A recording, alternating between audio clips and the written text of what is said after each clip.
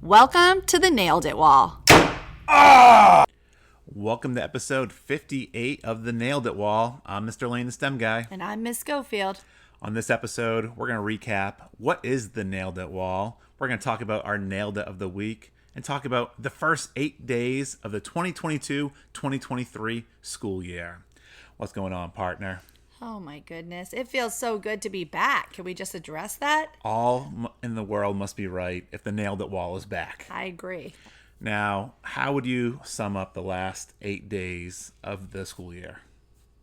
It feels like the excitement level that I felt when I was first teaching, as far as the energy from the kids, the energy on campus, the energy that I have. And it feels so...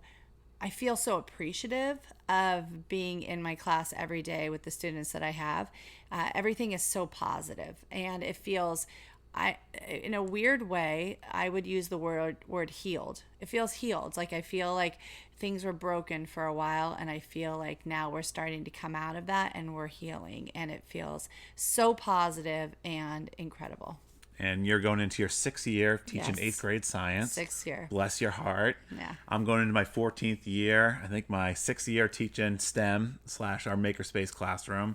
And I could not agree more about the staff, the community, everybody feeling so positive about this school year and excited to get back to some more normalcy. I mean, we try to keep it as normal as we could the last 2 years, but it just feels good. And you have a big thing going on. Your daughter's going to college this week. Yes, I will be an emotional basket case because of this. However, it's an exciting thing as a parent to see your child take the next step. Having said that, I am sure that that's a little bit easier to say than it will be in actual practice when that happens. I'm very proud that my daughter wants to go into one of the STEM fields, so that feels really, really exciting. At this point, she has her sights set on being a pediatrician, and she is heading off to Chapman to take the first step in that, which I am incredibly proud of. And tell our listeners, where is Chapman? Chapman is in California. It's where I am from and where Ella has always felt the strongest roots, and she has set her sights on California for quite some time, which made me a little panicked because although we're from there, we don't have a in-state, there. However, she worked really hard and is a prime example of, if you can accomplish anything that you put your mind to. And she has her mind set on becoming a pediatrician, correct? Correct. And how would you describe the feel of Orange, California? It's right outside of Anaheim. It's close to Disney, close to the beach. Yeah. Excuse me. I think what's interesting about where she's going to school is, like I said, those are my roots. So it's really close to where I lived, and yet I'd never been there. I'd never been to this campus. I thought I had, but I think that it was a different place that I had gone to. And I've never even been to the city of Orange, I don't think, in that area in general. And so I would, compare it the best to Gilmore Girls, the town that's set in. Very, very small town feel, really just quaint and cute. And when you're sending your child off to college, it feels nice to not be sending her into the middle of a keg party, like a, frat party kind of thing. I want my child to have an experience of college, but without all of the intense distractions that can be. And I feel that we're really setting her up for success in this capacity. I love it. And your son started in what grade?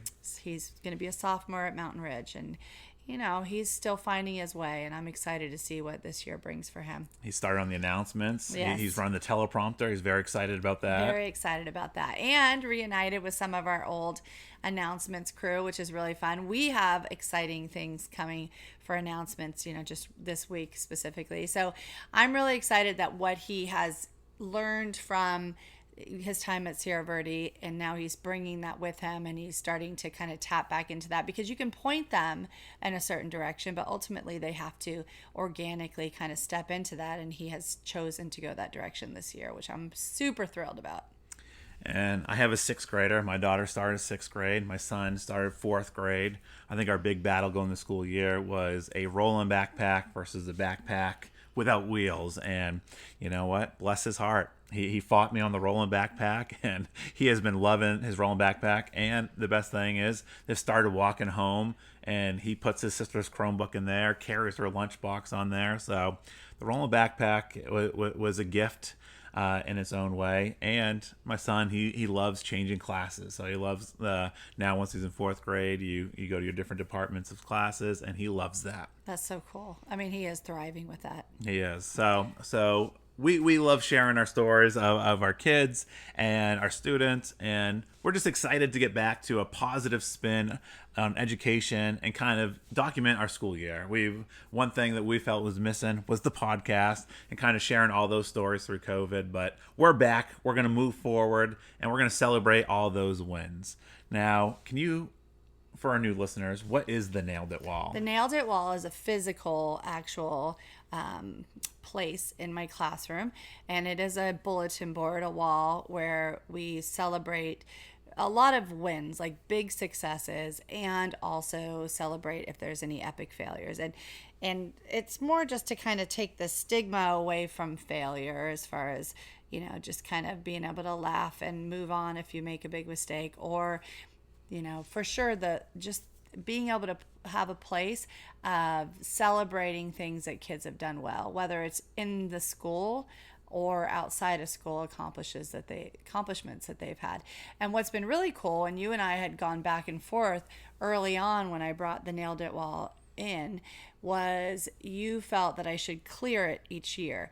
And I really have debated about that, because you want to have space and have a fresh start and all that. However, now that I'm having siblings and having kids go over to the wall and see their siblings up there, I'm glad that I have left it there, and I'm going to continue to do that until there's no space, and then kind of move that on. I'd like it to be more of a ceremonial thing where we put things on the Nailed It Wall, but as you said, we're only in 8 days in, so there's time for that. There's a lot of new things that I've tried to infuse into my classroom, kind of getting back to old roots, but then also bringing some new things in, just because I just have that joy of, I want to do all of the things, you know?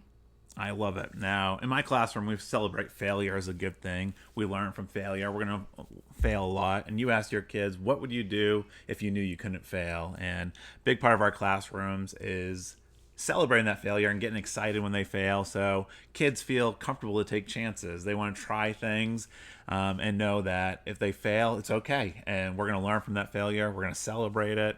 And that's a hard thing for kindergarten students to understand, but it's something that has just come up the pipe chain from kindergarten all the way to your 8th graders. And we love that failure. We always talk about our failures. And so that's where the Nailed It Wall comes from.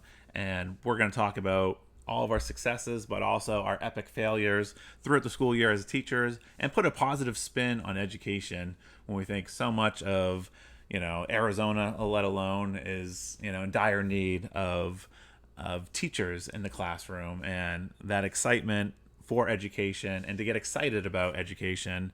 And one of our big things was to get these young teachers just excited about all the positive things that we do. And you've shared this story before about the student at Target that listened to the Nailed It Wall. Yeah, and we actually, who were we talking to that knew it not that long ago? There was somebody else that knew that we had a podcast. I'm totally blanking out who it was. But it's really interesting, the far reach of that scope of that.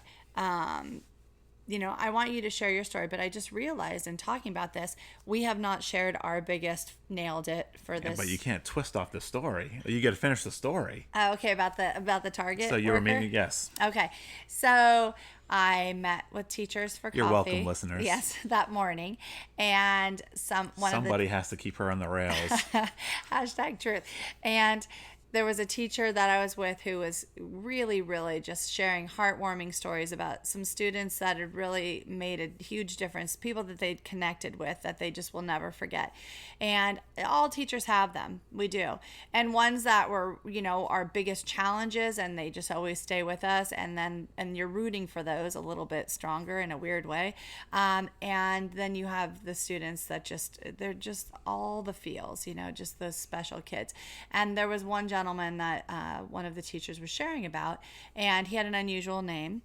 And then the interesting thing was, then I went to Target shortly after, and I happened to be in a line, and the checkout person had that name, and I just had this feeling it was the same person. I don't know why. It was a unique name, and I asked him, and sure enough, that was him.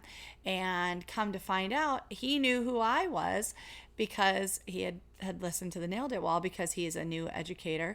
He was in the program to become a teacher, and so he had listened to that. And I will say there has been a lot of challenging things about education for quite some time, and there still is. We've had a lot of back and forth about some new changes that are being brought through the school district.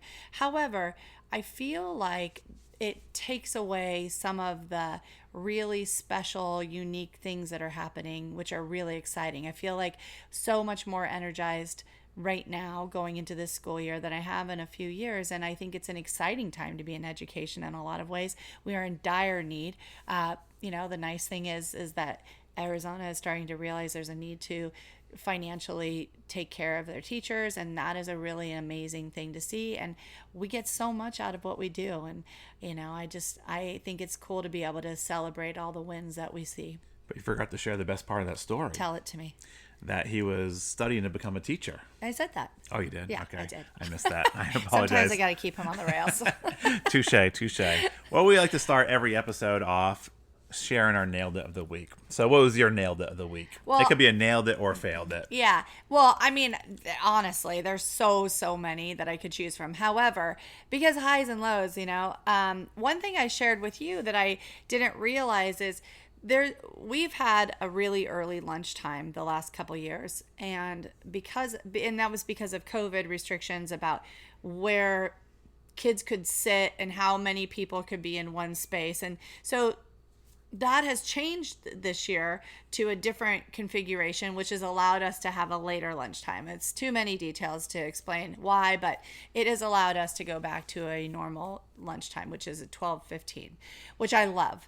And so, but because of that, our whole schedule has changed. It's tweaked a bit, right? So it's, we pulled minutes from what we used to have as a snack break in the afternoon. We've kind of gotten rid of that because that was more of a mask break that we turned into a snack break because it was such a long afternoon for the kids if we didn't do that. Well, we don't have that anymore. So that time has been allotted back into our classrooms, which is wonderful. However, I really didn't factor that in as I was planning my lessons that I've been using, that I really feel like I had nailed the timing last year and everything was really great. And each day of this first week, for the first 8 days, I was noticing I was finishing up like 5 to 7 minutes early, and I had this dead time, which thankfully, as you get into teaching, you have some tools that you can pull from, and it was fine. However, I just kept thinking, like, why am I having this problem every day? It's such a specific amount of time. And I realized I didn't really account for that shift of now having that extra instruction time with the mask break gone. So now I've realized it, huge light bulb moment, and I am going to make some adjustments this week. But, it's just funny because in teaching, we get used to our rhythm, our routine, and then something minor like that is such a minor thing, but it makes a huge difference. You do not want students with 5 extra minutes on their hands without something for them to do. That's not a good situation. So there will be changes this week for sure. #truth. I thought you were going to share about your activity you did on Friday. Oh, that one's really special. Yeah. Well, so I'm forcing your hand here. I know. It was a really meaningful thing to me. So one thing that our campus is doing this year, which I am a huge fan of, is they're just having a heavy emphasis on kindness, which I think is really timely because what we noticed the last couple years is kids really became desensitized in so many ways because they were isolated with COVID. And even when COVID lifted and they could start interacting, I feel like a lot of their social skills and just their ability for compassion and connection was it needed some repair. And so I feel like it's really wonderful that we're making such a huge push for that this year as a campus, just to be campus wide, focus on that intentionally. And so we have all these kindness activities in SEL.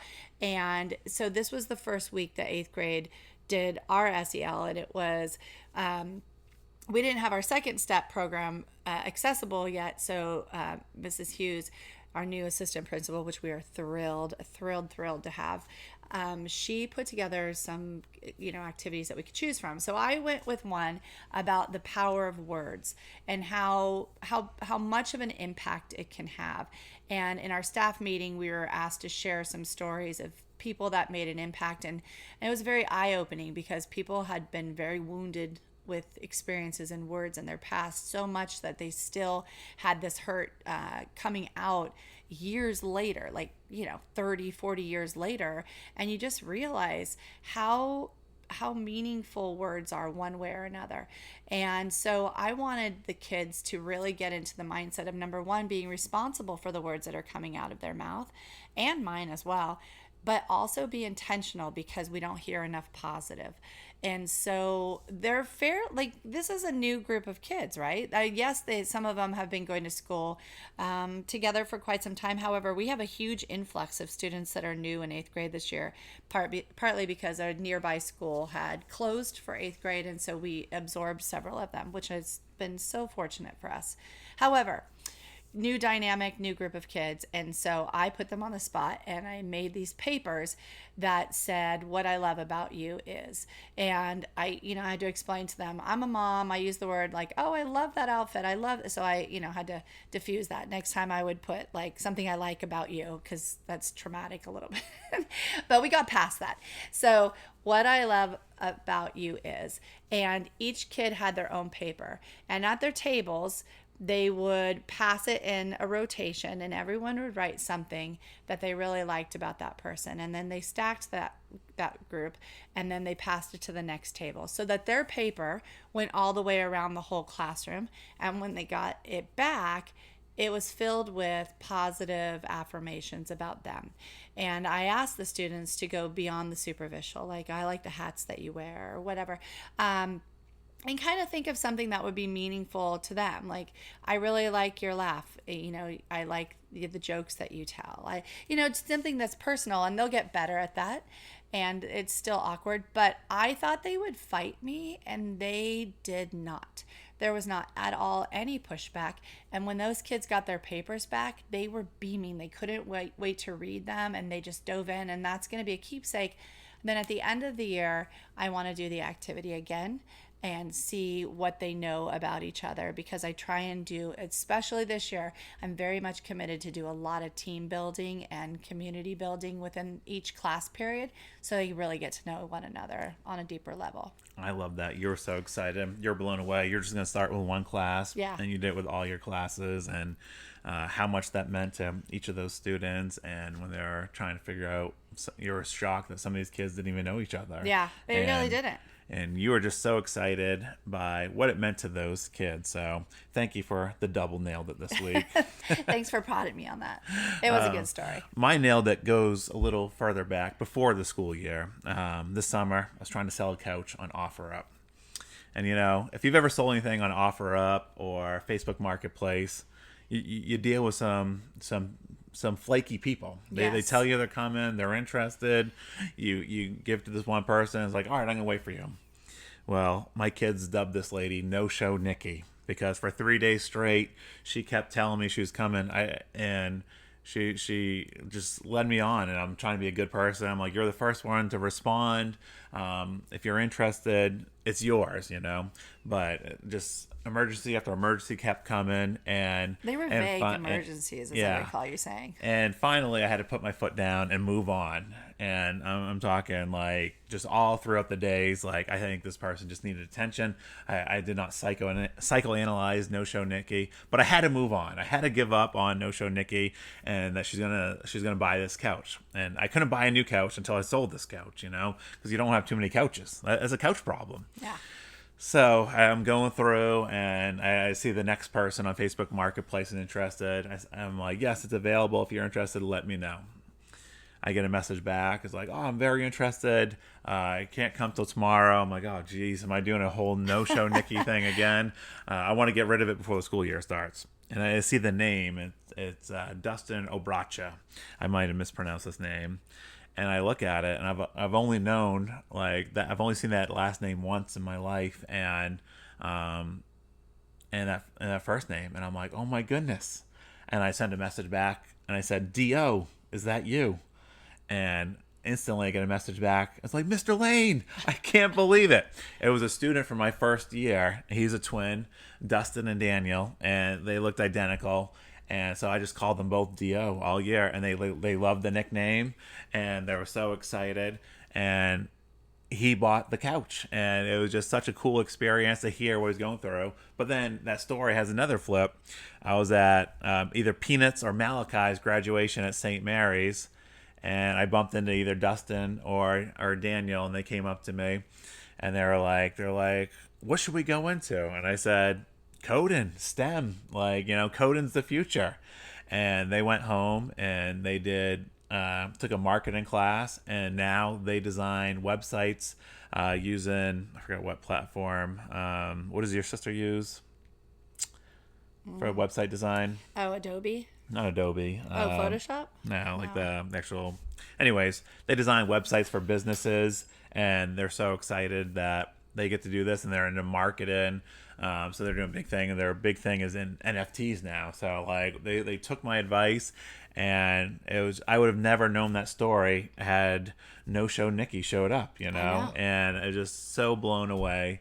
And you're just so humbled, and he has 2 kids now, and I'm like, it's a great couch, like you're gonna love it, and so you just see how the world works, and just like little things you do. And my daughter wasn't even born my first year of teaching, which is kind of crazy to think about. And it was just so funny for him to meet my kids. And I was telling him, I'm like, you tell Daniel I'm still missing some homework assignments. I'm like, don't. I think that's why he didn't show up. So. It was a great story there. And then even going one step further. I think Gabby was from my second year. Just an amazing kid, awesome. All the teachers loved him, and we were part of a team. I taught 6th grade science, and we were part of a team called CLAM. The K was for Kagi, the L for Lane, obviously, A for Gire, and then M for Melina. And when you're part of a great team, like you just get great results from your kids. And I'm pretty sure, yeah, that was my second year. I had Gabby, and then Kagi still teaches at Don Menzendick in the Glendale Elementary School District.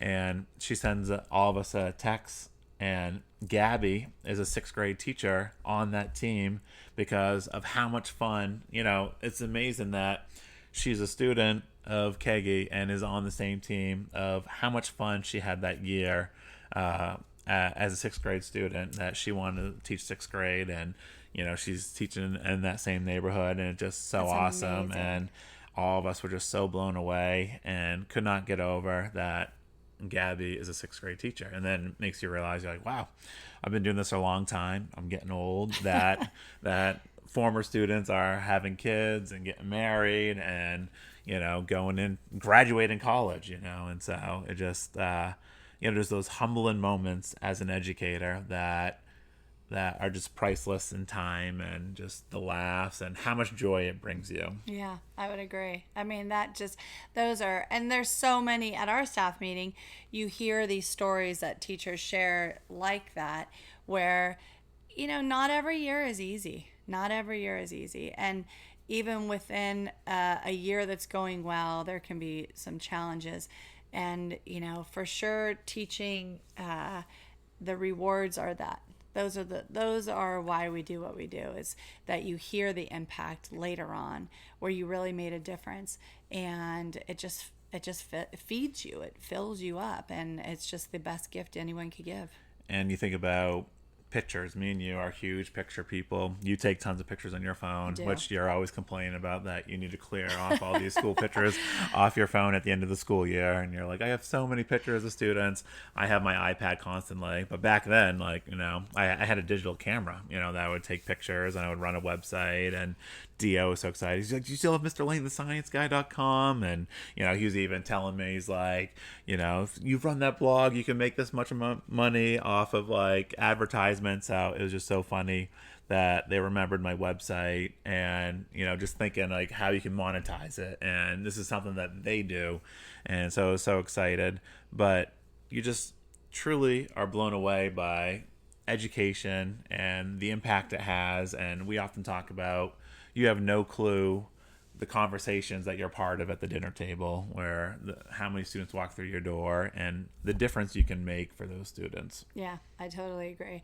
And he was so gracious because I know you had said that you wanted to have him and his brother on the pod, and he Oh, he was excited. he was excited. We're going to have them on one day. Yeah. So we're going to get back to having more guests on the podcast, which is something that we love. And the announcements are rocking and rolling. Yes, and I'm we're excited. already getting students back in starting this week. And if you want to see our announcements, we take it to the next level. We are very proud of what we produce for the students. We're on SV Viper Pit on YouTube, so check us out there if you want to kind of see the impact that we have, just of storytelling. And I think that's what we do a great job with, the announcements of just painting a picture. And so many of the parents watch the announcements and they get excited, and it's just, it feels good. It does feel good. This year just is, we have so many, much how every year we approach with a laundry list of things that we really want to tackle this year. Or every year, but this year feels special. It just feels special. It feels full of possibility. There's so many different things that we're passionate about that we're really amped to tackle and bring on campus. And you just, the attitude of the students, they're just absorbing and being part of whatever we put in front of them. And it is a really, just, the sky's the limit when you have that kind of reception with students. I couldn't agree more, partner. Well, it's going to be an exciting year. We're going to be coming every Tuesday, dropping new episodes. So we have committed to staying on the pod. We're back. This is something that's so important to us. I mean, some of our favorite listeners are like, "What's going on?" They're like, "Where'd you guys go? Did you fall off the map?" Shout out to Mrs. O and Phil. They call us out. They keep us honest, and so we hope to broaden our reach. And you love when the podcast is downloaded in a different country. You're like, we got a different country here, and you just you're just kind of blown away by like the Target story. Like that day you were talking to Mrs. Copenhagen about that story and what it can do. And we want to get kids recording their own podcasts this year, because everyone has a podcast. Everyone has a story. And speaking of story, we forgot to give Mrs. Lincecum in 4th grade a shout out. She's been kind of leading the kindness charge the last couple of years, and she was so raw sharing her story and really got the emotions out of the students and her 4th graders. My son's in 4th grade, and I love that he's going to be part of this kindness charge where she does so much to really push these kids to tear down those walls and be vulnerable and be better people. Well, and what I love about that is it's such a foundational age at that point where they're mature enough to handle and grapple with some things that are a little bit more advanced, and then it sets that rhythm out, right? And then everything builds on that from years to that follow. So I'm excited to get those kids as 8th graders and just think about their character and the potential there. And I think that's a remarkable thing that she's done. And you talk about a ripple effect, and honestly, for education, that should be our goal, is to be the kind of people, the kind of teachers that allow what we're trying to share and do go out beyond us and inspire others, and then that inspires others, because Mrs. Lincecum has really set off a kindness revolution at our school and on campus. I concur. Well said. All right, people. Man, we covered a lot. We tried to give you a half an hour podcast each week, just diving into the lives of teachers. We hope you enjoyed it. We love sitting down and getting back into it. And it's going to be a magical year. It's going to be a magical year on the Nailed It wall, sharing our nailed it and failed it. But as we always say, people, if you can be anything, be kind. Are you on social media? If you are, you can follow me at Mr. Lane, the STEM guy, on Twitter. And me at a positive proton. And don't forget to check us out on YouTube, SV Viper Pit.